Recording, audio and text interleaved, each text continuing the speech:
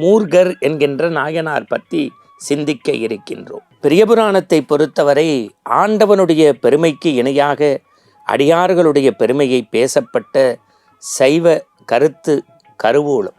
நாம் பெரிய புராணத்தை எழுத்தண்ணி வாசிக்கின்ற போது உள்ளத்தில் பதிவு செய்ய வேண்டியது என்ன என்றால், நாயன்மார் கதையை கேட்பதும் மனம் குளிர்வதும் அல்ல நம்முடைய நோக்கம். அவர்கள் காட்டிய சிவநெறியில் நன்னெறியில் நடந்தால் நாமும் ஆனந்த திறவுகோலை அடையலாம். அன்புக்குரியவர்களே, நம்முடைய 12ஆம் திருமுறை என்று தெய்வ சேக்கிழார் பெருமானால் இந்த மண்ணில் மகத்தான காவியமாக இயற்றப்பட்ட பெரிய புராணத்தினுடைய பெருமைகளை, சிறப்புகளை, அடியார்களுடைய வாழ்வியல் நெறிமுறைகளை, சைவம் வளர்ந்த பெருமைகளையெல்லாம் இந்த தலைப்பில் நாம் சிந்தித்து வருகின்றோம். பெரிய புராணத்தை பொறுத்தவரை ஆண்டவனுடைய பெருமைக்கு இணையாக அடியார்களுடைய பெருமையை பேசப்பட்ட சைவ கருத்து கருவூலம். அது ஒரு காலப்பெட்டகம்.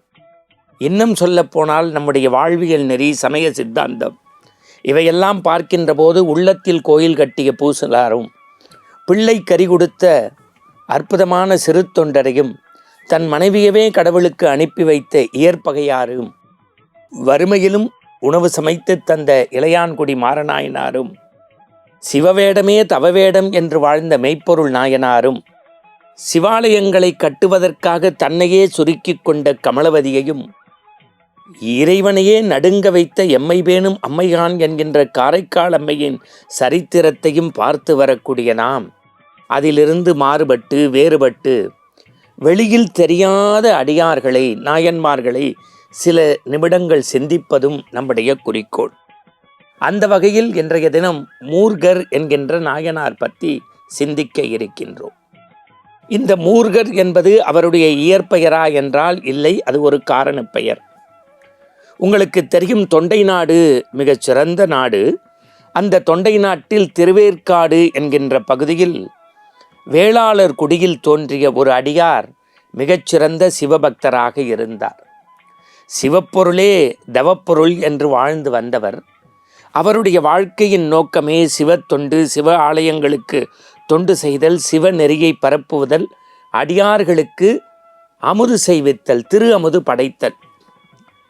அப்படி தொண்டை நாட்டின் திருவேற்காடு பகுதியில் வேளாளர் குலத்தில் தோன்றி அவர்களுக்கெல்லாம் தலைவராக விளங்கிய இந்த மூர்கர், நாமெல்லாம் ஒரு நாளைக்கு ஒருவருக்கு அன்னம்பாளிப்பதே அரிதான செயல் என்கின்ற போது, வாழ்க்கையில் ஒவ்வொரு நாளும் 365 நாளும் அடியார் கூட்டத்திற்கு, அடியார் பெருமக்களுக்கு சிவத்தொண்டு செய்து திரு அன்னம் பாலித்ததை குறிக்கோளாக கொண்டு செயல்படுகின்றார். பொதுவாக அன்னம் பாலிக்கணும்னா கையில் காசு இருக்கணும். இருக்கிற செல்வத்தை எல்லாம் அன்னம்பாளிப்பில் கொஞ்சம் கொஞ்சமாக கரைக்கிறார். தன்னிடத்தில் செல்வம் இல்லை என்று தெரிந்த பிறகும் தன்னுடைய குறிக்கோளான அடியார்களுக்கு திரு அமுது படைக்கிறார். எப்படி? சூது விளையாட்டில் மூர்கர் கெட்டிக்காரர்.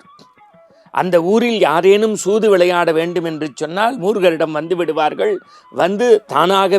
தானாகவே தோற்று கையில் இருப்பதை கொடுத்து விடுவார்கள். வெற்றி பெற்றவர் தனக்கென்றும் தன் குடும்பத்திற்கென்றும் வைத்து கொள்ளாமல் சூதிலே வெல்லக்கூடிய பணத்தை வைத்து திரு அமுத அடியார் கூட்டத்திற்கு செய்தார். நாட்கள் சென்றது. ஊரார் ஒன்று திரண்டார். இனி மூர்கரை இந்த மண்ணில் வாட விடுவதில்லை என்று சொல்லி அவரை ஊரிலிருந்து அப்புறப்படுத்தினார்கள். மூர்கர் நாடோடியாக பயணப்பட்டு செல்வத்தை இழந்த நிலையிலும் பிற ஊருக்கு சென்றாலும் அடியார்களுக்கு அன்னம்பாளிப்பதை குறிக்கோளாக வைத்து கொண்டிருந்தவர், அண்டை ஊர்களிலெல்லாம் வென்று வந்தவர்கள் ஒன்று திரண்டார்கள். இனி அவர் வெற்றி பெறக்கூடாது, கையில் பணம் வந்தாதுதானே அடியார்களுக்கு உணவு சமைப்பார் என்று குற்றங்களை, குறைகளை, வம்பு சண்டைகளை எடுத்தபோது மூர்கர் சூதிலும் வென்றார். தன் கையில் இருக்கக்கூடிய வாளால் எதிரிகளை கொன்று வீழ்த்தினார். மூர்க்க குணமாக செயல்பட்டார். நற்சூதல் என்கின்ற பெயரை பெற்றார். இந்த மூர்க்க குணம் அவருடைய பெயரோடு இணைந்து மூர்கர் என்று ஆகிவிட்டது. ஆனால் அவருடைய நோக்கம் அதிகாலை எழுந்திருப்பார், தன்னிடம் இருக்கக்கூடிய பொருளை விற்றாவது அடியார்களுக்கு திரு அமுதம் படைப்பார். எம்பெருமானாகிய சிவபெருமான் பார்த்தார், இந்த மண்ணுலகில் தன் வாழ்க்கையின் ஒரே குறிக்கோள் அடியார்களுக்கு அமுது செய்வித்தல், இருந்தபோதும் இல்லாத போதும் ஈந்து கொடுத்து மகிழ்தல் என்கின்ற உயர்ந்த செயலை செய்யக்கூடிய இவருக்கு தன்னுடைய திருமேனி காட்சியை தந்து தன் அருகிலே அழைத்து அமர்த்தி கொண்டார்.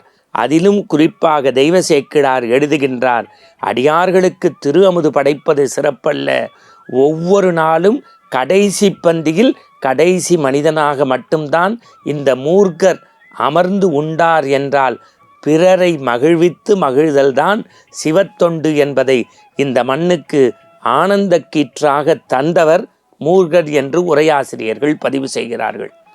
என் அன்புக்குரிய சைவ பெருமக்களே, நாம் பெரிய புராணத்தை எழுத்தண்ணி வாசிக்கின்ற போது உள்ளத்தில் பதிவு செய்ய வேண்டியது என்ன என்றால், நாயன்மார் கதையை கேட்பதும் மனம் குளிர்வதும் அல்ல நம்முடைய நோக்கம்.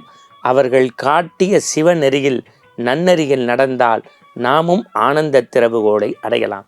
மீண்டும் நற்சிந்தனையோடு நாளைய புலர்காலை பொழுதில் ஆனந்த ஆரம்பத்தில் சந்திப்போம். நல்ல நல்ல செய்திகளை சிந்திப்போம். வணக்கம்.